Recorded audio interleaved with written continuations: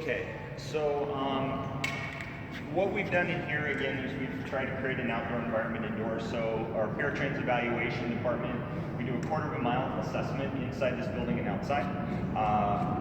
We try to mimic a lot of different things that a person's going to run into in the community. So inclines, declines, cross slopes, intersections. We have 2 street crossings in this building. Our longest one is the same distance as crossing our widest street here in Las Vegas on Boulder Highway. So it's about 8 lanes of traffic in the median.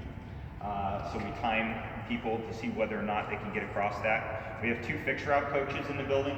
We use this one for boarding for our fair transit evaluations to see whether a person can or cannot get on and off our vehicles, be able to render fare, those kind of things.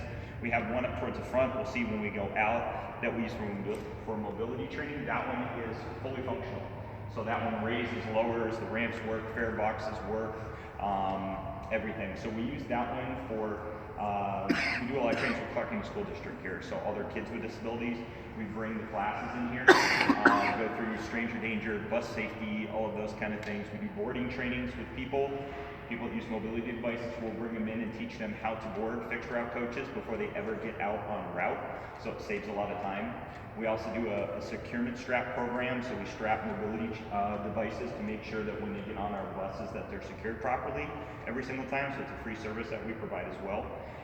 You can see like on the walls, we have murals, so a lot of the training that we do with our clients, a lot of people don't know north, south, east, and west. People that have absolutely nothing wrong with them don't know north, south, east, and west, so we use landmarks to be able to do that. So if you look over in that direction, right now you can see the snow on top of Mount Charleston, so someone could see that, engage to the west, and then be able to figure out the rest of their directions from there. We do a lot of work with the blind and visually impaired in this building as well. Behind you, and we'll go in here in a second, is what's called Angela's House. So RTC partnered with a nonprofit called Blind Connect. The lady that runs it, her name is Jean Payton. She's president, she's visually impaired. All of her staff are visually impaired. So anybody that has lost their vision or is losing their vision can come here and they get 90 hours of intensive training on activities of daily living or how to live independently in a home. So it's a 1,250 square foot replica of an apartment home in here, exactly like you would go rent here in Las Vegas. So they're taught to cook, get clean, read Braille. My staff, I have an orientation mobility specialist that works with the blind, takes them out onto our Decatur bus out front. They ride the bus down to get groceries, bring them back here and cook lunch. So we teach them how to use public transportation as part of that. So it's a really good thing. We do a lot of street crossing skills in here for people that are visually impaired or using service animals. So we put in ambient sound. So if a person's in here and they're visually impaired, like they're being outside. So obviously our signals over here are for the visually impaired. They have chirpers on them. So we teach them how to be able to use them in a traffic situation to be able to cross. So you can hear the traffic start to surge at the intersection like the light just turned green. A person that's visually impaired is listening for that so that they know that either the lane on the right or to their left, that intersection should be blocked. So we teach them how to be able to cross streets here. If you go out that back door there, we have an area out back for the service animals. So they can go out back and run around and play. We got watering stations out there and places for them to use the restroom. So when they take a break and while they're in here doing their support group, the dogs can go out back and run around and have a good time. So we've tried to think of a lot of things.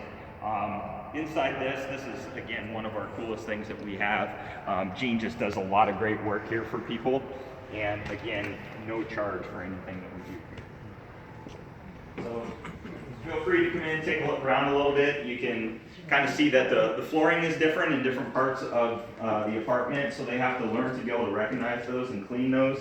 If you can feel like on the microwave and on the stove, there's little raised buttons so that they know what buttons they're pushing. They have a technology lab in the back, so they teach them how to use computers, readers, assistive technology, all of that in there as well. So she originally was doing this in an office over on the College of Southern Nevada. And so when we were putting the building together, we said we had the space. If we built the space, could you furnish it? So she got a lot of great sponsors to be able to provide all of the things for her in there. So again, very powerful because her staff is all visually impaired as well. So if I tell somebody, oh, you can do this, and well, you can see, you know, well, I've been there, so I can do it, you can do it. It's a lot more powerful. They do a peer support group here as well. trying to deal with that. The lady on the wall there is Angela. Angela was a friend of Jean's. She was born low vision one eye, no vision the other eye. As she got older, she started to lose the vision in her one good eye and became totally blind. At that time, she was from Nevada. The only blind school she could go to, I believe, was in like Minnesota or Wisconsin, someplace like that. So she would have to have left her family to go there. At that point in time, she wasn't willing or able to be able to leave her support system. And unfortunately, depression set in, she ended up taking her own life. So Jean never wanted that to happen to anybody again, and that's why she started Angela's House.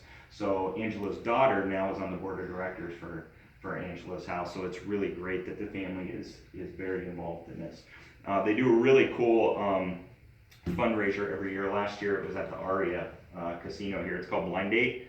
So you go there and they give you a sleep shade and you put that on when you get there, and you spend the evening as a blind person.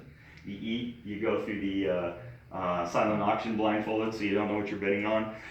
They teach you where all your food is. I learned don't wear a good suit for Blind Date because you end up with food all over you. You drink other people's drinks, so it's a lot of fun. But you know, it really helps to put you in somebody else's shoes, and kind of that's what it's all about, you know. And but they do outstanding work here, and RTC is just, you know, we are so fortunate to be able to have them here because it really lends a lot to this building.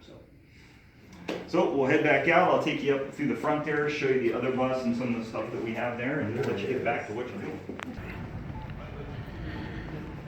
do. Hold on, I'm doing a tour over here.